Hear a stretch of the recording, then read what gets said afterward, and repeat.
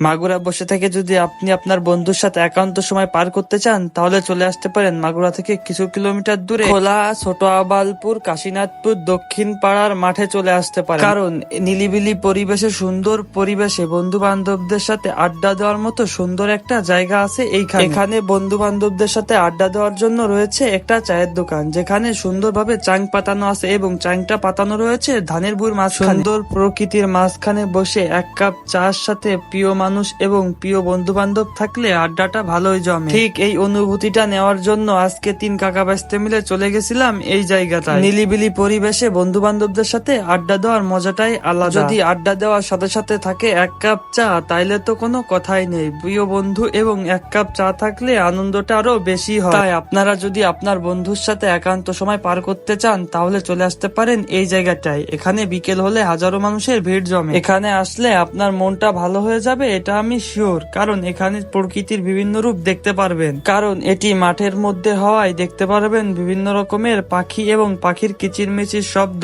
তাই আর দেরি না করে শহরের কোলাহল বাদ দিয়ে চলে আসুন এই জায়গা আপনার বন্ধুর সাথে। তাই এখনই আপনার বন্ধুকে মেনশন করে চলে আসুন এই মাঠে, কারণ এখানে আসলে প্রকৃতির আসল মজা পাবেন। সবাইকে ধন্যবাদ।